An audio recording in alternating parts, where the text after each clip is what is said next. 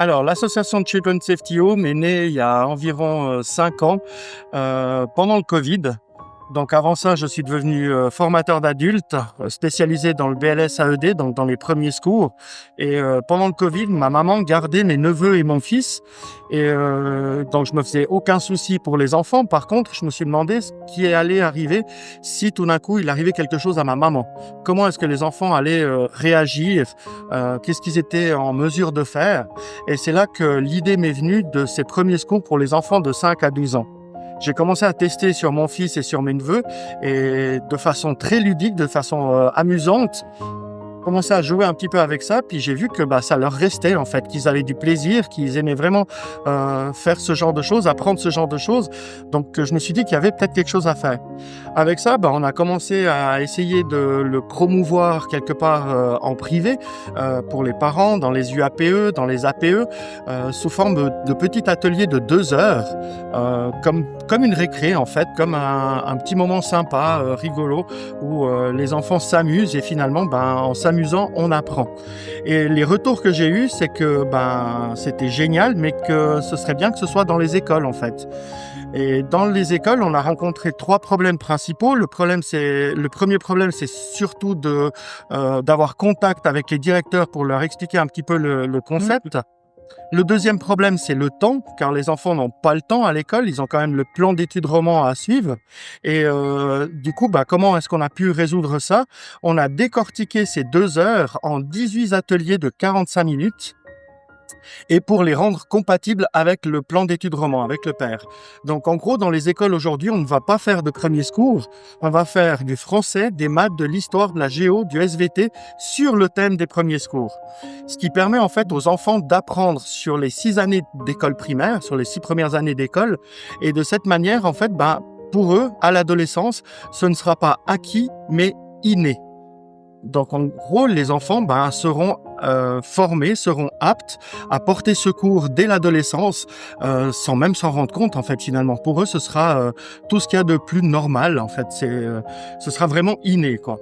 Le troisième problème, c'est le financement, le budget, car les écoles ont d'énormes frais, ont déjà beaucoup d'interventions d'autres participants, ont d'autres activités qui leur prennent beaucoup d'argent. Donc le but de l'association aujourd'hui, c'est de pouvoir aider les écoles à financer tout ou en partie ces ateliers pour les enfants de 5 à 12 ans dans les écoles primaires en Suisse romande.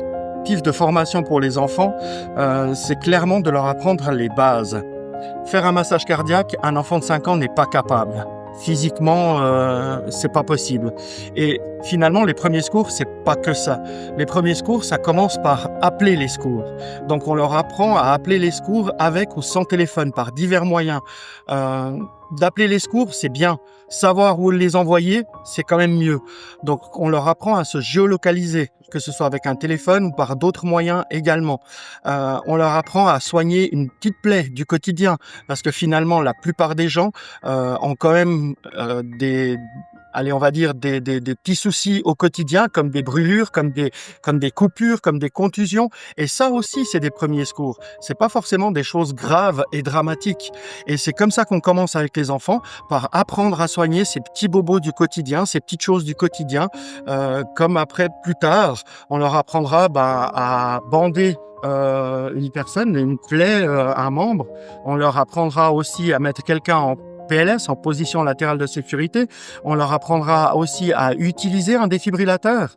Même s'ils sont pas capables de faire le massage cardiaque, le défibrillateur, ils savent très bien l'utiliser, etc., ainsi de suite. Et à l'âge de 12 ans, donc en fin d'école primaire, là, effectivement, ils ont peut-être déjà un petit peu plus le physique, donc on pourra les initier à ce moment-là au massage cardiaque.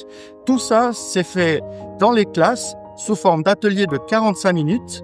Donc ça prend une période scolaire, 3 fois dans l'année, et finalement les enfants pourront après, grâce aux enseignants, on laissera le matériel qu'on propose, ils pourront faire du français, des maths, de l'histoire, de la géo, du SVT, enfin toutes les matières, justement sur le thème des premiers secours, et continuer à pratiquer. L'idée, c'est de semer une petite graine et qu'on arrose cette petite graine tous les jours, toutes les semaines, tous les mois, un petit peu, pour que justement cette formation soit une formation continue et non pas une formation unique sur une journée. malheureusement, comme plein d'autres jeunes, j'ai perdu mon père en 2017. Et puis, j'avais envie de rallier puis faire l'ultime voyage pour mon papa parce que je suis d'origine galicienne, en fait, où se trouve Saint-Jacques-Compostelle. Et puis, ce voyage, à la base, c'était une sorte d'hommage pour mon papa. Depuis 2018, un jour, dans une petite boutade, je balance l'idée sur la table avec des copains cyclistes. Et puis, Lionel, sans hésiter, il m'a dit, je viens avec toi. Et puis, l'idée, c'est d'amener un objet qui était à mon papa qui portait tous les jours. Je lui fais à Saint-Jacques, comme ça, je pourrais honorer sa mémoire une dernière fois. Des étapes en gros de 5 jours consécutifs d'environ 100 km, avec un jour de repos à chaque fois dans des villes un peu phares comme Puy-en-Velay, Cahors, Saint-Jean-Pied-de-Port ou Léon en Espagne. Là, on profitera d'un jour de repos puis de visiter les villes en question qui ont aussi une belle histoire et puis des beaux monuments style cathédrale ou église à visiter. Pour le 13 septembre, donc en 25 jours de vélo et 5 jours de repos, qui vont interrompre en fait le parcours. Pourquoi ? Parce que le 13 septembre, il y aura l'inauguration officielle de l'association Children's Safety Home. Je suis la femme de Lionel qui est parti tout à l'heure et puis moi je l'accompagne dans tout ça parce qu'au fait je suis un peu le bras droit dans cette association qui voit le jour. La femme d'Antonio, Valérie.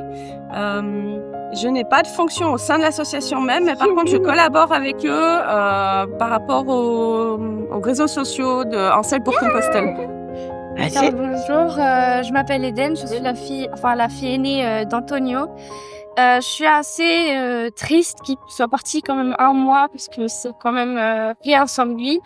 Et puis, je suis quand même assez contente de son expérience. Je suis quand même triste pour ces...